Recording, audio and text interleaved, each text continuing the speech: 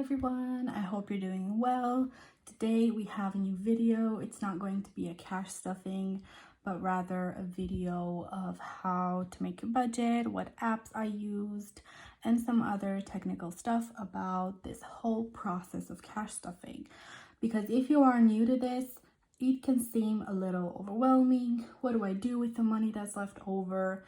How do I budget it? How do I keep track of stuff? So I wanted to make this video to help you guys.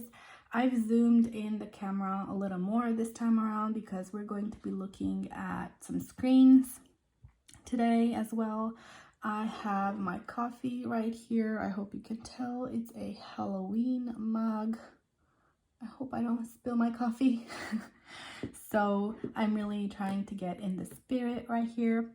I don't have a product for today's video, like a perfume, but I do want to show you these Halloween nails that I got from Primark when I went on holiday, and they're so cute. I honestly can't wait to put them on for Halloween. These types of nails usually last about a week, 10 days on me, so it's perfect, you know, just a seasonal thing. So I'm very on theme today. All right, so first things first that you want to do is you want to know how much you have coming in and how much you have to have going out. You know, like, okay, I have this much money coming in, I know I will have this amount of money going out, and this will help you see if you have any leftover budget after you deduct all of your expenses and all the money that you want to spend, or if you're above or under, you know. I made myself this Excel spreadsheet right here that took me a long time to perfect. It was much simpler. It's full of formulas and stuff. So I'm really grateful for that, because whenever I do my budget with a pen and paper and a calculator, I mess it up. So this way I know I won't. I've left some of the numbers in here, but basically what I did, because we have multiple incomes throughout the month, I made multiple columns right here. So if you have only one, you can make it in a different format. That's fine. We have more than one. We usually have 3 or 4 various amounts. My husband has a variable income, so I made it like this. And I also blocked the first row so that I can do like this and never get confused. I still get confused, but anyway.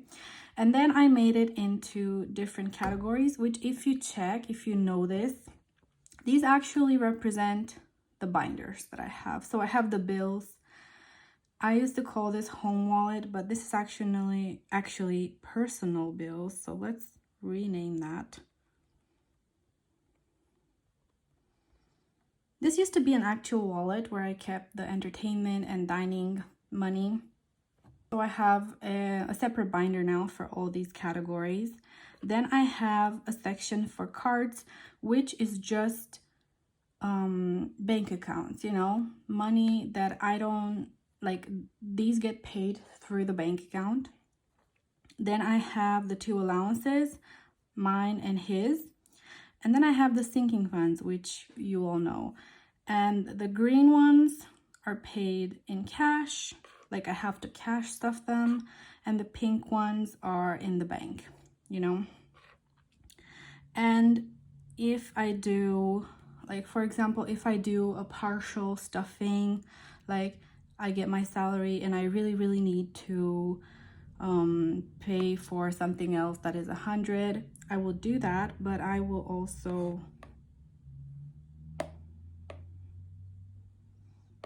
cross it. So I know that this money I've already cash stuffed.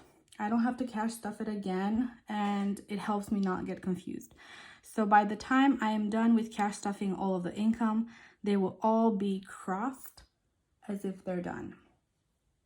I really hope you're able to see properly. All right, so I also have this column here which adds everything. So for example, if from my income and his income, we both contribute to a certain category, if I add it here, let's say 60, it automatically adds it up to 110. So if I want to check, I know that this month I added 110 in total into this category. So it does that for every single row, and then it adds the total here in the blue cell. Now here at the bottom, it says the total income, which is actually the amount that you're putting here, which is how much you're getting in. And then it says the total amount that you've budgeted. Let's clear this. See, as soon as I cleared that number, the total budget changed. And there's also this row that says left. How much of the budget do I still have left to work with? If you are in negative, like it's happening here, means that the money that you've budgeted for cash stuffing is higher than the income that you have. So that's also very good to see. I also made this column here, this row actually, to say how much I have to withdraw cash. It's also a formula which adds only specific categories or specific rows. It adds them, so I know when I have to go to the ATM to know how much do I have to withdraw, you know. For example, here, yeah, the income is 2,000, but I won't be taking all of this out, right? I budgeted that the allowances will be through the bank, so we get this deposited on our cards, and you know, we won't be withdrawing. Or actually, wait, one of them, yeah, see, yeah, one of them, let me see, yeah, so mine gets taken out, but his, it doesn't, it stays in the bank. I hope that this makes sense in a way. To me, it does. It's actually very, very helpful for me to know how much I have to withdraw, how much I am spending in each of the categories. So when I get paid or I'm ready to do the cash stuffing, I actually do the budget before. So for example, if I were to do November budget, I would do it somewhere around the end of October, you know, probably 1st of November. But I usually do it earlier because I like to know what do I have to pay and what my money is going toward before I even have it. So yeah, it's like I make an appointment for each cent where to go. So let's say that in November, this income is going to be 4,789. Oops, not here.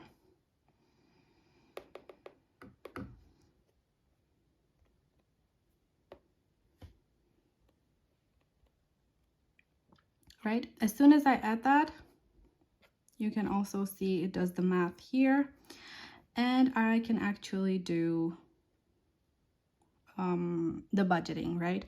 So I would move these here.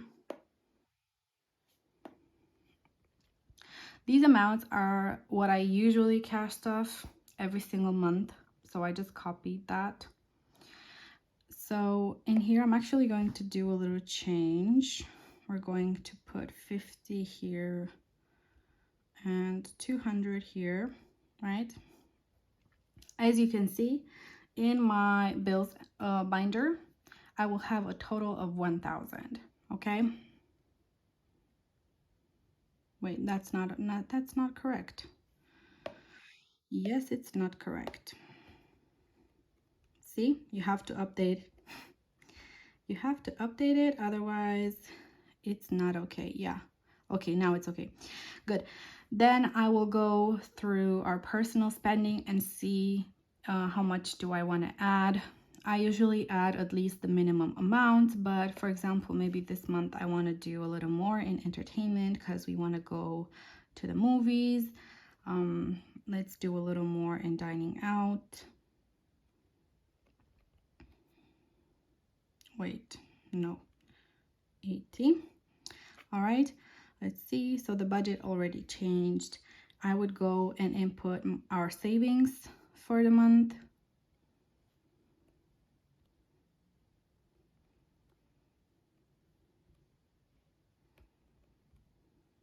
All right, emergency fund gets 50, vacation gets 300, weekend getaways 30, and then we're gonna do 30 in all of the others.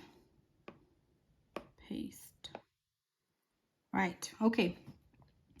So after I do that, we still have a leftover of 2,089, you know, which is great. I may need to make sure that I have some of this money for some of the other stuff that I want to pay. Currently, all of my credit cards are paid off. So if I use a credit card, I will pay it off. I don't have credit card debt, but I do use my credit card to make purchases. So I want to allocate some of this money for the bank account, which I pay for Bolt and Uber. So I'm also doing that.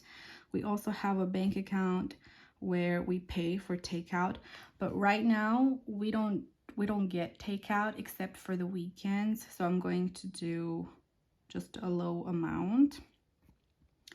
All right, donations, they always get money. Okay. Subscriptions, I have a section here with all of our subscriptions, so I know how much I need to leave in the bank account every single month so that they can get taken out. So these are mine, so that is 126. So I will write in here, just to be sure, 150, right? And I still have a leftover of 1,039. Let's just say that I stop here and I have a leftover budget of 1,339. Now, I can choose to either distribute this to other categories if I want to, or I can choose to just keep it. You know, you don't have to have a zero-based budget. Zero-based budget works perfectly when you're on a low income and you really need to make sure that your money is stretched out.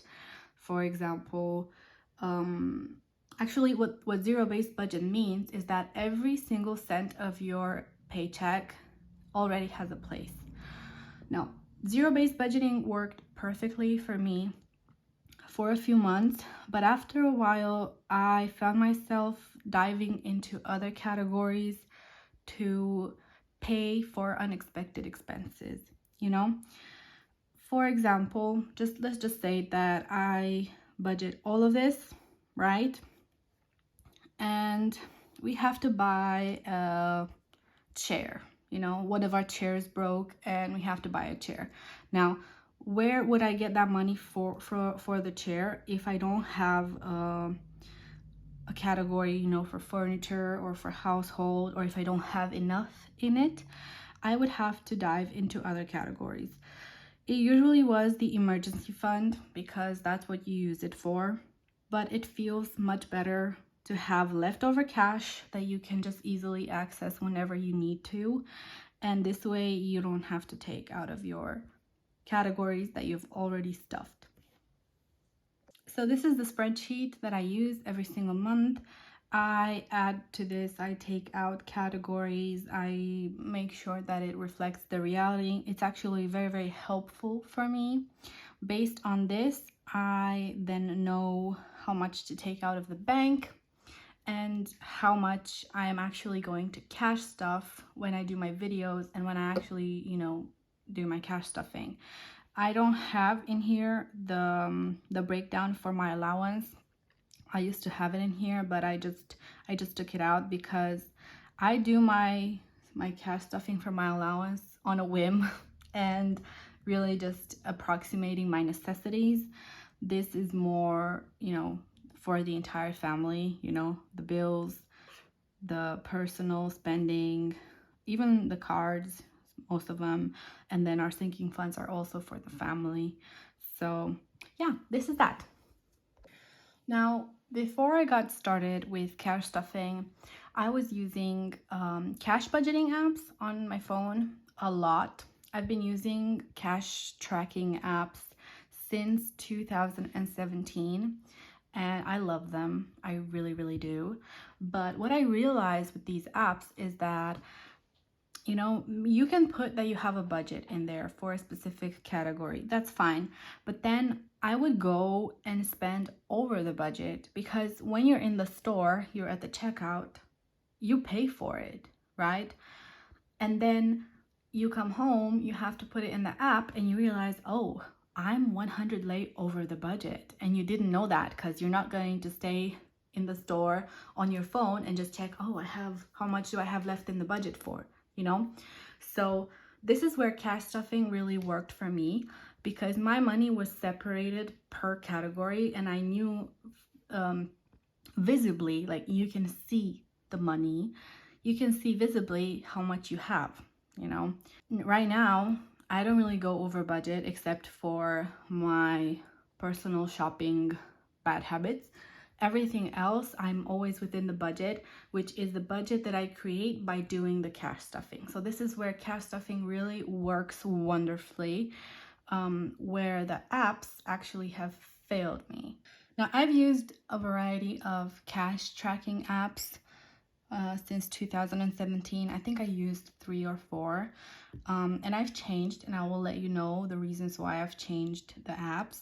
But the one that I've used for the longest and the one that I've liked the most, and it works very, very, very well with the cash stuffing method, is called HomeBudget. So when you first open the app, it looks like this. This is brand new. This is I'm using another phone to show you guys this because I'm filming with my main phone, so I can't show you that.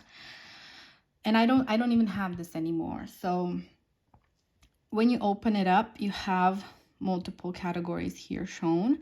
So what you would do is you would go to your accounts, and this is where it works really well with cash stuffing. So you make your accounts and then you have your sub accounts, right?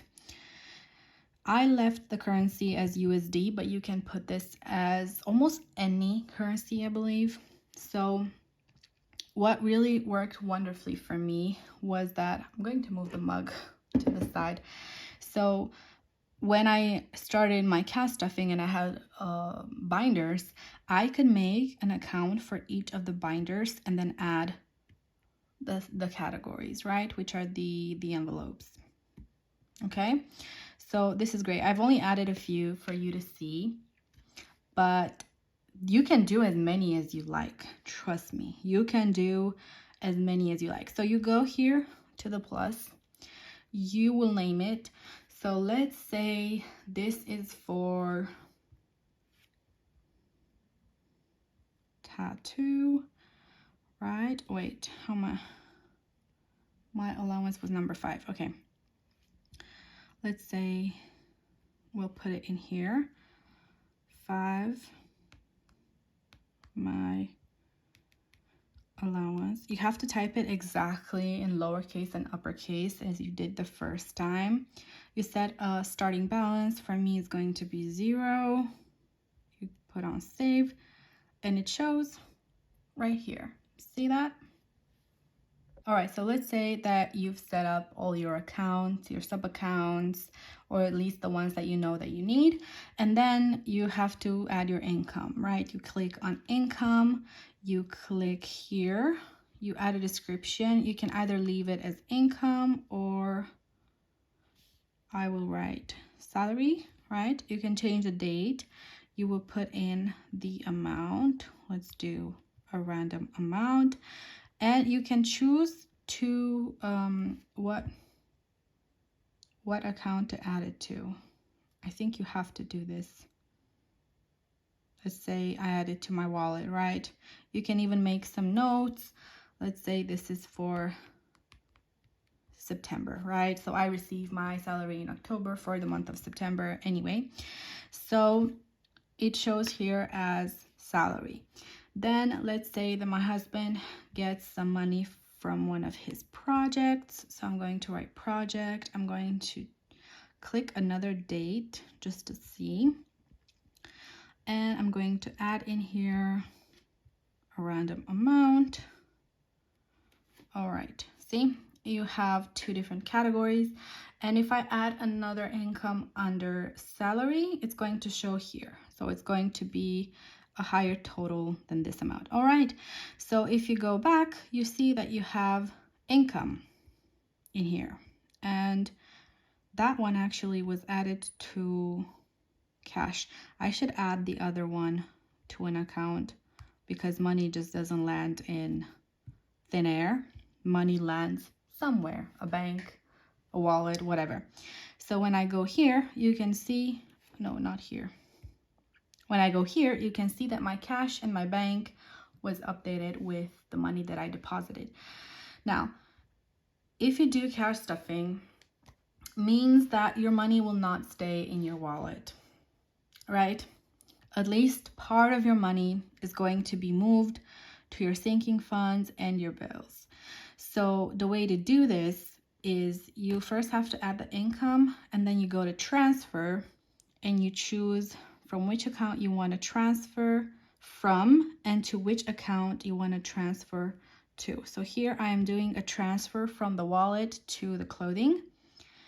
You can write a note if you want to, and then you click transfer and the money shows in here. This feature actually helps you know precisely at each moment how much you have into these accounts, into these sub accounts and accounts. This also means that whenever you do spend money, you have to spend it from the specific account. So let me show you. I'm going to make another transfer from wallet to the gas. Let's say gas. We're going to add 300, right? Transfer that. And then I want to spend, so see, into this account, you can add income or add expense. I'm going to click add expense, and then you have to choose the categories. These are by default. You can change them, you can personalize them, you can do whatever. I'm going to click on utilities, and we already have the gas. Let's add 163, right? You can make some notes. If you want to, you can take a picture of the receipt to have it in your app. Just know that your app size will increase by a lot. But you can write in here, you know, the number of the invoice or whatever.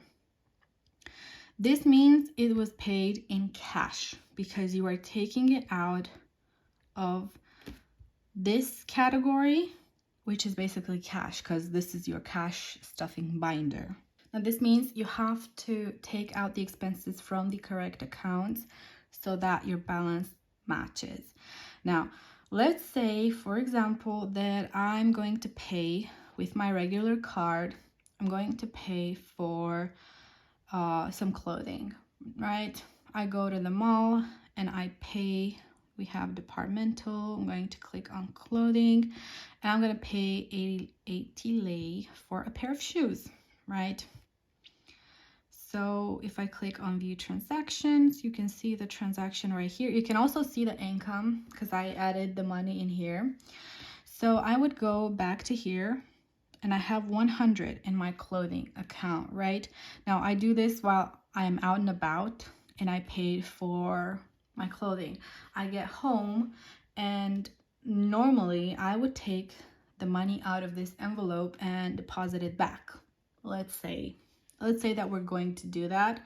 Nowadays, I just have an envelope called income and I move the money there. Or if it's a lot of money, I just have an envelope called deposit and I just move the money to that. And whenever I need to go to the bank, I will deposit more cash at once. So what you would do if you paid for with your card, you're going to go to clothing and you're going to transfer to checking 80. You're going to write for clothing shopping. I'm going to click transfer. and now your bank balance is the same because you deposited the money. But that means you actually have to deposit the money. Don't just do the transfer randomly. In the bills section, you can add like your bills, like your gas, your heating, your whatever. You can do it like this. So you would have, it's an expense. Let's say it's a gas bill. Let's say we had two, you know. You go to additional options, you choose the category. You can choose any type of category, but let's just say this is a bill. You could also do this for subscriptions, right? So I would click on gas. I don't have another category of bill created, but I would have used electric, but I'm going to use gas just for an example. You can choose from which category to pay it from, right? All right, I already did. Okay, let's do it on Monday the 16th, and then I click save. All right, oh, the payee is required.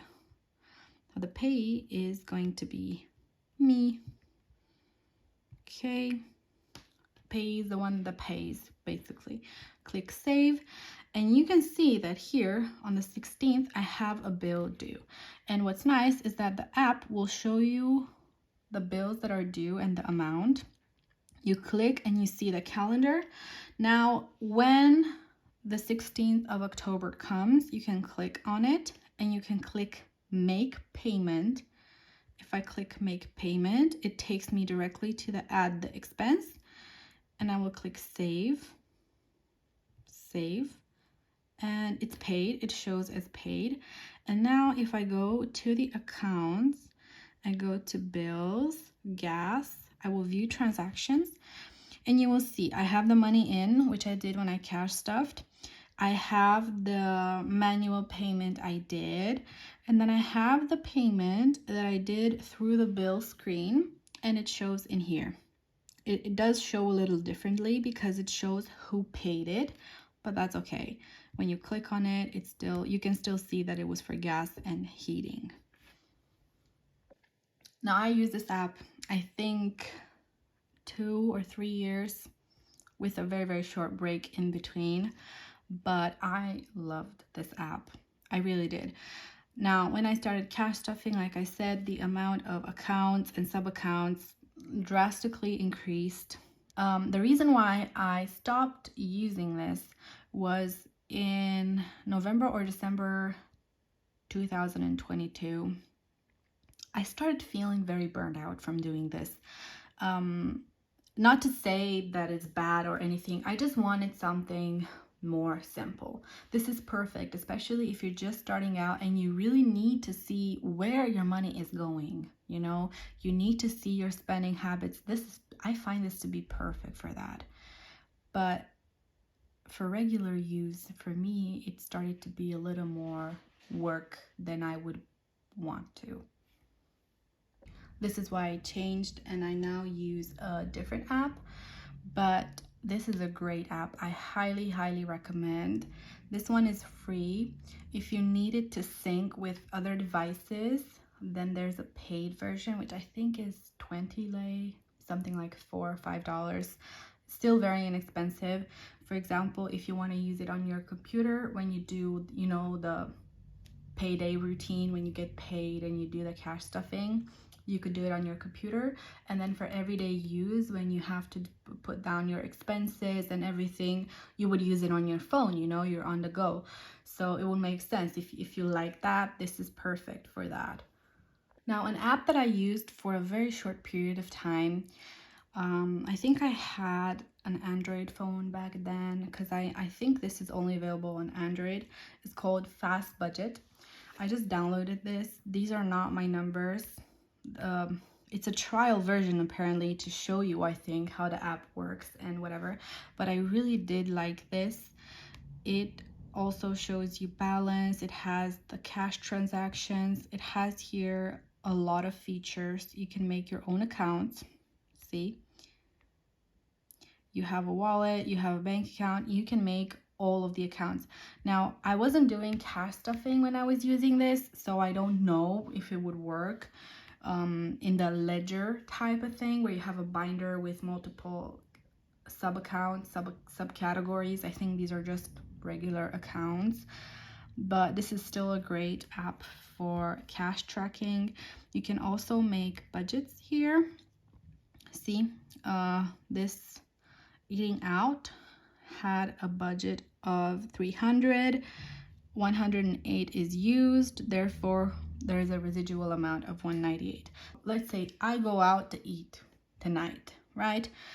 I know that I have to spend 192, otherwise I'll be out of budget. Now, for two people, it's very, very likely that I will spend more than that, you know, drinks, food, dessert, and there's a possibility that I'll be over the budget. So I want to add, let's say I do go out, okay? Let's say I did go out, okay. And I ended up spending 300, right? You can write to who. It even says here the residual amount of the budget, but I've already paid this. I'm at home. I've already paid this. I have to click save. Wait, select account. Oopsie. I'm gonna select wallet. See, and it warns me, you are over budget. That's okay. It happens. And then when you go in the budget overview, you can see that you're over budget here. Now, this is where I said that cash stuffing actually comes in handy, because if I cash stuff, I would normally have a separate envelope in my wallet just with money for eating out, and I would make sure that the budgets in app match or are higher in the category in my wallet. Does that make sense? It makes sense to me. I hope it makes sense to you. So those were the two apps that I used. I have a third app that I'm currently using right now. Now, unfortunately, I cannot show it to you on this phone because I don't think it's available on Android, which sucks. I will continue to search for it.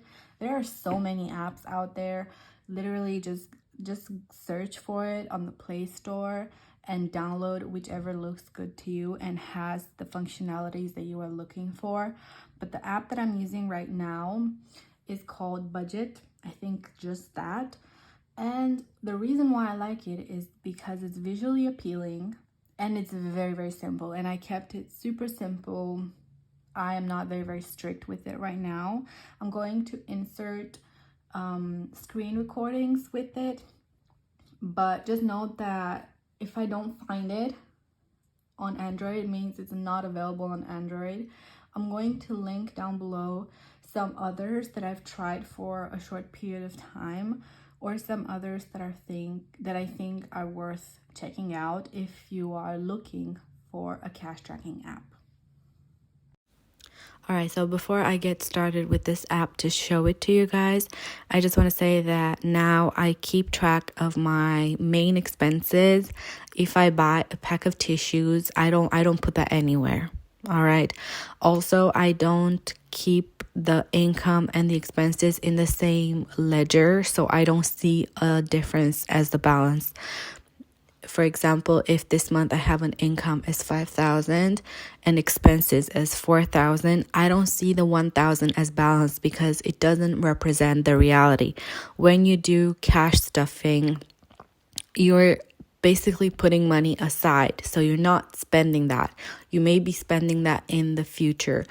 And that's also one of the reasons why I changed the way I do it, because in a lot of the months, my expenses would be higher than my income. And the app would say that I'm in negative, that I'm in debt, but I was not in debt. And that did not reflect the reality. So now I keep the income on a separate ledger, the expenses on a separate ledger, and also my own expenses, like my spending money, on a separate ledger. This way, the numbers do not affect each other, and I have a clear view of this. I've made a separate ledger called Daily. You can check that in the left top of the screen. It says Daily. That's what I mean by ledger. It's a completely different sort of book, you would say, and the balances of each of this ledger does not affect the other ledger. I've also done this separate ledger so that all of my personal info and amounts and all that private stuff remains private. So this is what I mean by ledger. All right, so let's get started with the app. So this is how it looks like when you first open it. These are the standard categories. You simply input an expense and then it just adds it to that category. You can have the income on the same page, just like it is here. I don't have it, but you can. This way you can see a very clear balance of where you are.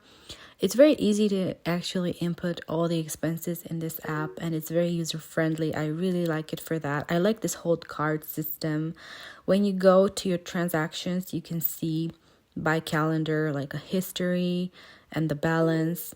This is what I meant by that. If you click on the category, you can also see a history of all those transactions. You can, of course, change the date when you put it in, the account. You can make accounts. You can change the subcategory. You can do so many with this app. I keep it pretty basic because this is what I was looking for, something super simple. There's a lot of categories, but you can also make your own. You don't have to keep these.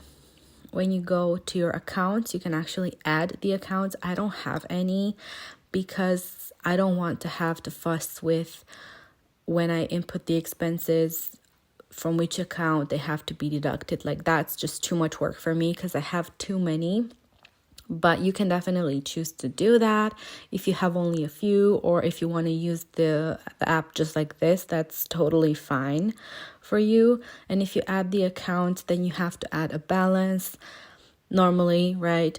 This is why I don't add the accounts, because I don't want to see a balance that might not be real. If I want to see how much I have, I just go and look. I just go and look into my wallet. I just go and look into the bank.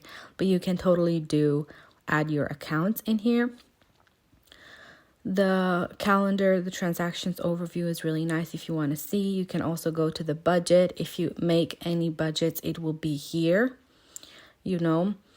I don't use this feature personally. I think I only use it for my work food and for my cosmetics and shopping, but I'm always over the budget. So now, another feature that I really enjoy is the savings part, where you can actually track how much you save. You can make saving goals. You can see here, if I were to add to my home savings, I just click how much. I would click confirm, and then it would add another green card. It's sort of like a saving challenge. You guys know what I'm talking about. The first two are completed for now. You just click add. If you want to add a new saving goal, you have to you can name it whatever you want. You don't have to use this feature only for actual savings. It can also be used for debt payments. My husband has a loan that we are currently paying off, so I also have that there because I like to see the progress that we've made, and because we make the payments via bank, it's actually visually appealing to have it in the app right here. So these are the main features of the app. The app can offer you so much more. I just use it as a basic just expensing app, and I only add the income just so I can make a clear idea. If I look in the app how much we've earned that month, it's not for us to be able to see our net worth or to see exactly how much cash we have together. This is just basically for me to track my spending. There are various other apps you can use for something super, super simple like this. But again, I'm using this app after I've gotten much better control over our finances. We are out of the low income. Fortunately for us, we are out of the low income, so we are able to have a lot more space and freedom with what we do with our money. So this works for me. It may not work for you, but again, even with apps and the way I've budgeted, I find that it has developed over time, and I find that that's actually very, very healthy.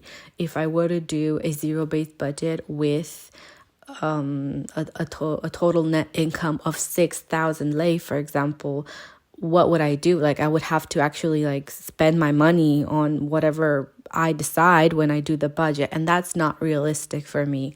It's realistic for me to assess the bills and the initial spending habits that we have, and then have that leftover cash that we can use for whatever we want. It's a lot less strict. So this is what I mean when I say that you have to assess where you are and where you want to be and what actually works for you. If all else fails and this doesn't work for you, or you can't keep up with it, just a good old pen and paper will definitely work. Just make sure that you check your calculations twice, because it may so happen that you make a cash stuffing budget with some amounts, and then when you actually go to cash stuff that, you don't have that money. That happened to me more than once, and that meant that I really had to adjust my whole budget again, because I was way over. Like, I physically didn't have that much money to cash stuff because I didn't calculate it right. So make sure that you do double check. Even when you're using Excel, make sure that you check, because you've seen what happens. It's enough just for one cell not to be added or taken into consideration, and the whole math is thrown off. I also want to address a few other questions about this. Someone asked, what do you do with the money in the categories after the month ends? Like, do you take them out? What do you do? Personally, I don't take them out. I leave them all in. This is why with my bills, most of my bills, I have more than 1 month worth in each of the categories. Our sinking funds are continuously growing. If you want to reset for the upcoming month, that's fine. But I think unless you earn, I don't know how much, bajillion millions a month, resetting your envelopes will not allow you to see progress as in just saving up money over and over and over again. That's what I think. I do like resetting my categories for a new year. I actually did that this year. I took out some of the money from the bills and the sinking funds, and I either reallocated them or I just deposited all into the bank, into the savings. Like, I am starting fresh for the new year, and I might be doing that for upcoming year as well. I don't know yet. There's also a separate topic of, do you keep the money cash or do you deposit it to the bank? Now, this is a yes and no type of question. For the savings category, I do deposit it because it can get to be a higher amount. But for the regular categories of my sinking funds and the personal spending money, I don't deposit that.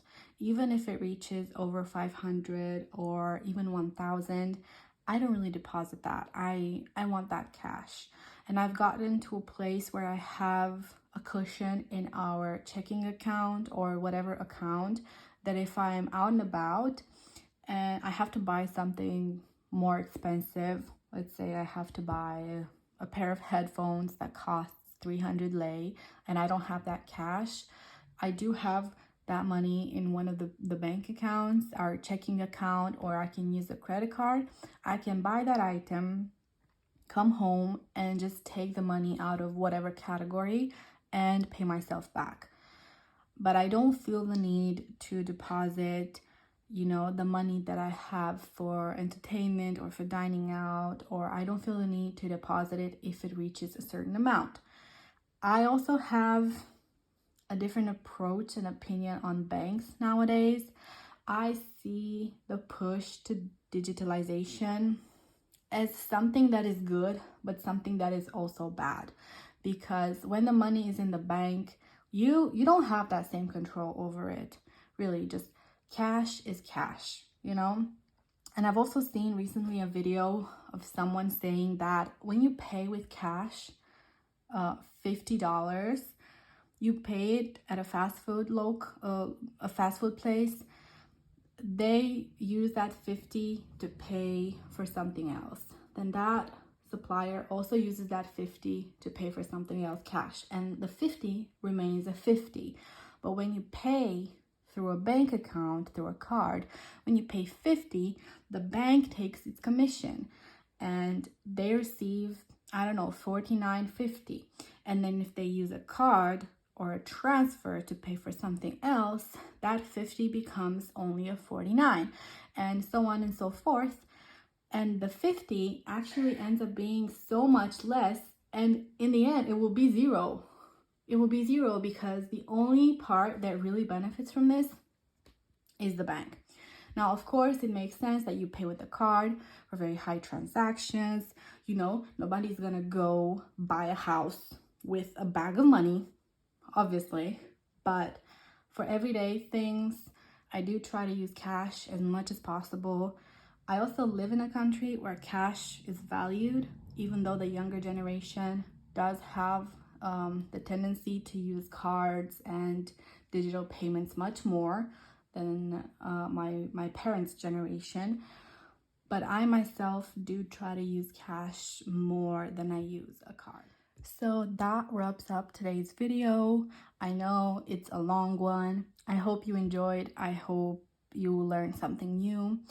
I am open to conversation in the comments, and in case you have any specific questions, I might collect some questions and do a separate video on those, because I tried to do this video from my perspective and what I wanted to know when I started. So if there's stuff that's still to be discussed, we can do that in another video. Sorry for the long video, you guys. I always get distracted whenever I do these types of videos. I always get distracted and I start talking and talking and talking. I just love to do it, apparently. But yeah, that's today's video.